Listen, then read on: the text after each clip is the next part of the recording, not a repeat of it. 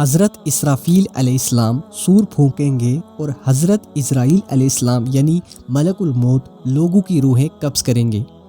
اس دوران شیطان کی روح بھی قبض کی جائے گی اور اسے اتنی تکلیف پہنچائی جائے گی جتنی دنیا کے تمام انسانوں کو موت کے وقت ہوئی ہوگی۔ 6 ماہ تک سور پھونکے جانے کے بعد دنیا کی ہر چیز ریزہ ریزہ ہو جائے گی، آسمان ستاروں کا نشان مٹ جائے گا، تمام انسان ہلاک ہو جائیں گے، فرشتے بھی مر جائیں گے۔ تو اس وقت صرف 8 چیزیں باقی رہیں گی۔ ان 8 چیزوں میں پہلی اللہ تعالیٰ کا عرش، دوسری اللہ تعالیٰ کی کرسی، تیسری لوح، چوتھی قلم، 5ویں جنت، چھٹی دوزخ، 7ویں سور اور 8ویں چیز جو باقی بچے گی وہ روحیں ہوں گی، لیکن روحوں کو بھی بے خودی ضرور ہوگی۔ شاہ رفیع الدین محدث دہلوی کے مطابق بعض علماء و محدثین کے نزدیک یہ 8 چیزیں بھی کچھ دیر کے لیے معدوم ہو جائیں گی اور صرف اللہ کی ذات باقی رہے گی۔ اس وقت جب اللہ کی ذات کے سوا کوئی باقی نہیں رہے گا تو اللہ تعالیٰ فرمائے گا کہ کہاں ہے حکومتوں کے دعوے دار اور بادشاہ، کس کے لیے آج کی سلطنت ہے؟ پھر اللہ تعالیٰ خود ہی ارشاد فرمائے گا کہ تمام سلطنت خدائے واحد و قہار کے لیے ہے۔ اس کے بعد ایک وقت تک صرف اللہ کی ذات ہی موجود رہے گی۔ اس کے بعد ایک مدت کے بعد اللہ تعالیٰ خود ہی تمام چیزوں کو دوبارہ پیدا کرے گا۔ اس دوران کتنا عرصہ ہوگا یہ اللہ کے سوا کوئی نہیں جانتا۔ زمین اس وقت ایسی ہوگی کہ اس میں عمارتوں، درختوں، پہاڑوں اور سمندر وغیرہ کا نشان تک نہیں ہوگا۔ اس کے بعد جس مقام پر سے لوگوں کو اللہ چاہے گا وہیں سے ان کو زندہ کرے گا۔ انسانوں کو دوبارہ زندہ کرنے کا طریقہ یہ ہوگا کہ پہلے ان کی ریڑھ کی ہڈیوں کو زندہ کیا جائے گا اور پھر ان کے جسموں کے باقی اعضاء کو اسے جوڑ دیا جائے گا۔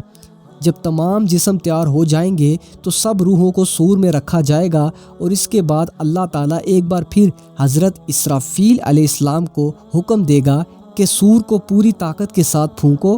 اس وقت اللہ ارشاد فرمائے گا، قسم ہے میری عزت و جلال کی، کوئی روح بھی اپنے ڈھانچے کے علاوہ کہیں نہ جائے۔ اللہ کا یہ حکم سن کر تمام روحیں اس طرح اپنے اپنے جسموں میں چلی جائیں گی جس طرح پرندے اپنے گھونسلوں میں چلے جاتے ہیں۔ یہاں یہ واضح رہے کہ سور اسرافیل میں روحوں کی تعداد کے مطابق سوراخ ہے۔ جب دوسری بار سور پھونکا جائے گا تو تمام روحیں پرندوں کی طرح نکل کر اپنے جسمانی ڈھانچوں میں داخل ہو جائیں گی اور ہمیشہ ہمیشہ کے لیے ان کا تعلق جسموں کے ساتھ قائم ہو جائے گا اور سب کے سب زندہ ہو جائیں گے۔ اس کے بعد پھر سور پھونکا جائے گا جس کی وجہ سے زمین پھٹ جائے گی اور لوگوں کو باہر نکال دے گی۔ لوگ گرتے پڑتے سور کی آواز کی طرف دوڑیں گے۔ یہ سور بیت المقدس کے اس مقام پر پھونکا جائے گا جہاں صخرہ کا پتھر ہوا میں مطلق ہے۔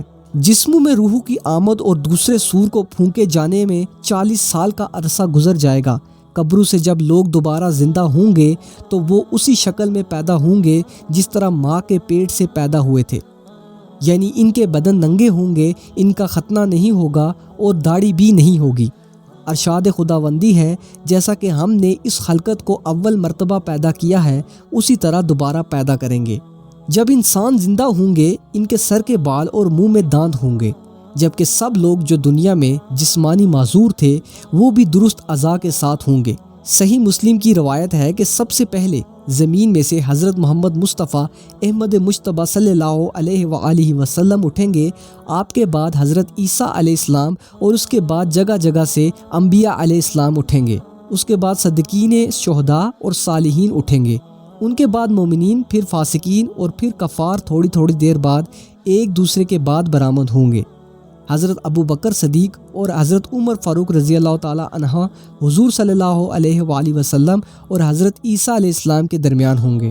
ایسے ہی اسلامی احادیث کے مطابق، اسلام کی ہسٹری کے مطابق جڑی اور موجودہ دنیا سے جڑی معلومات کے اوپر بنی ویڈیوز دیکھنے کے لیے ہمارے چینل کو ضرور سبسکرائب کر لیجئے گا اور ان ویڈیوز کو زیادہ سے زیادہ شیئر کیجئے گا۔ چینل کو ضرور سبسکرائب کر لیجئے گا۔ ملتا ہوں آپ سے اگلی ویڈیو میں۔ خدا حافظ۔